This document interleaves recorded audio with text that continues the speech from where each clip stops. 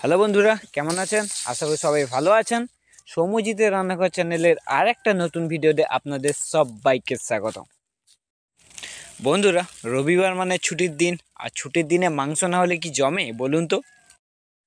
বাড়িতে আমাদের একটা মোরগ ছিল, সেই মোরগটাকে মেরে রান্না হয়েছে। তো আপনারা দেখতে থাকুন, কেমন হয়েছে অবশ্যই জানাবেন। যা যা সাবস্ক্রাইব করেনি এখনও সাবস্ক্রাইব করে দিন, লাইক করে দিন, কমেন্টে লিখুন কেমন হয়েছে। বন্ধুরা, আমাদের বাড়িতেই ওটা হয়েছে, ক্যাপসিকাম হয়েছে, ব্রকলি হয়েছে, আর অনেক সবজি হয়েছে। একদিন আপনাদের সব কিছু দেখাবো। তো এতক্ষণ আপনারা দেখতে থাকুন, কেমন হয়েছে জানান।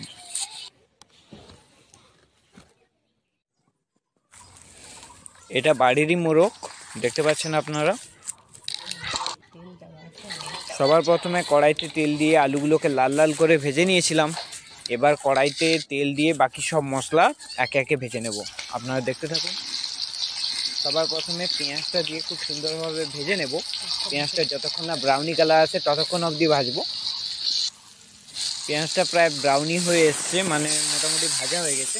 এবার আদা রসুনের পেস্ট, হলুদ গুঁড়ো সব কিছু দিয়ে, কাশ্মীরি লঙ্কার গুঁড়ো দিয়ে খুব ভালোভাবে নেড়ে চেড়ে নেব।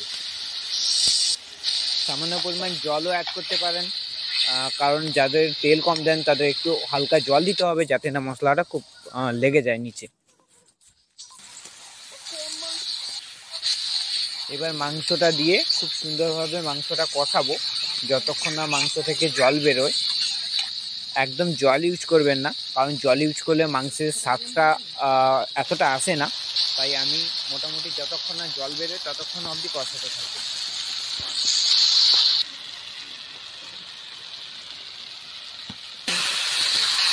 মাংসটা মোটামুটি ভাজা ভাজা হয়ে এসছে। এবার ওর সঙ্গে কেটে রাখা আলুগুলো দিয়ে দেবো।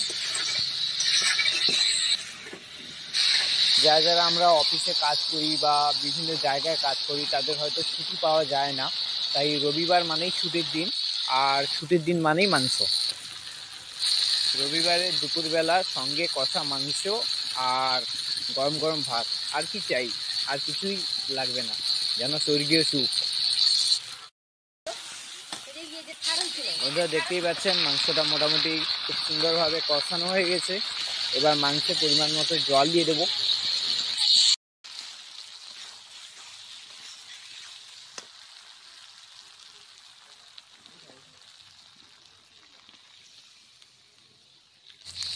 পরিমাণ মতো জল দিয়ে 5 থেকে 10 মিনিট মতো ফুটিয়ে নেব, যাতে ঝোলটা আপনারা যেমন পারেন ওটাকে দেবেন, যার যেমন প্রয়োজন ঝোলটা।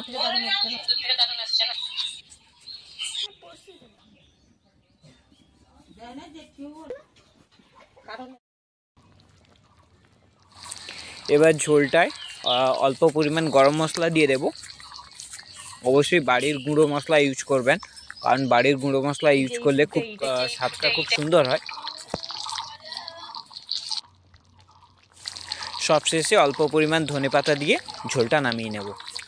তো বন্ধুরা, কেমন হয়েছে অবশ্যই জানান।